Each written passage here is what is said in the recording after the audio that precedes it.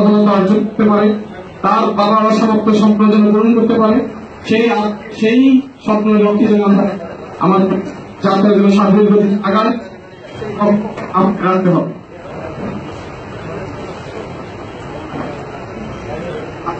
এটা বলবো যে আমার বাবা আজ সব সে অনেক কিছু সুস্থ এবং ইনশাল্লাহ 2024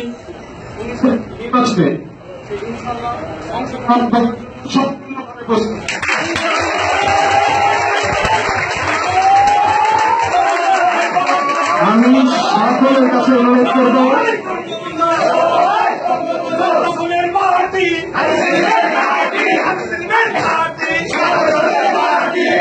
সকলের কাছে অনুরোধ করব যে আমাদের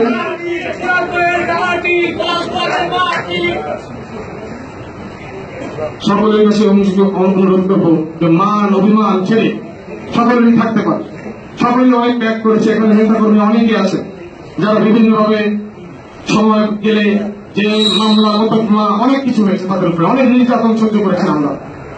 কিন্তু তাই বলে এই নয় যে আমরা পার্টি সবার সকলের উঠে এবং আমরা নেতৃত্বে এবং সাহেবের দিক নির্দেশনার মাধ্যমে আমরা প্রত্যেকটি ওয়ার্ডের মধ্যে সকলকে অংশগ্রহণ করার জন্য এখানে অনুরোধ করবো এবং আমাদের ভূমিকা সফলভাবে পালন করব। অতএব আমি আমার বক্তব্য দীর্ঘায়িত করবো না। ইনশাআল্লাহ বাংলাদেশ আওয়ামী লীগ আবারও নির্বাচিত হয়ে যাবেন এই দোয়া কামনা করে। এবং আপনারা আরেকটা জিনিস স্মরণ রাখবেন, কথাটা না বললেই নয়, যে আজ বাংলাদেশ আওয়ামী লীগের ঢাকা মহানগরের দক্ষিণ যদি চাইতেও আজকে অন্য জায়গায় অনুষ্ঠিত করতে পারত। ঢাকার প্রাণকেন্দ্র আমার দৃষ্টিতে অন্তত মতিঝিল নয়, 0.9 বা উত্তর নয় বা গুলশান নয়, ঢাকার প্রাণকেন্দ্র এখানে এই দেবীদাস ঘাট আমার জন্মস্থান।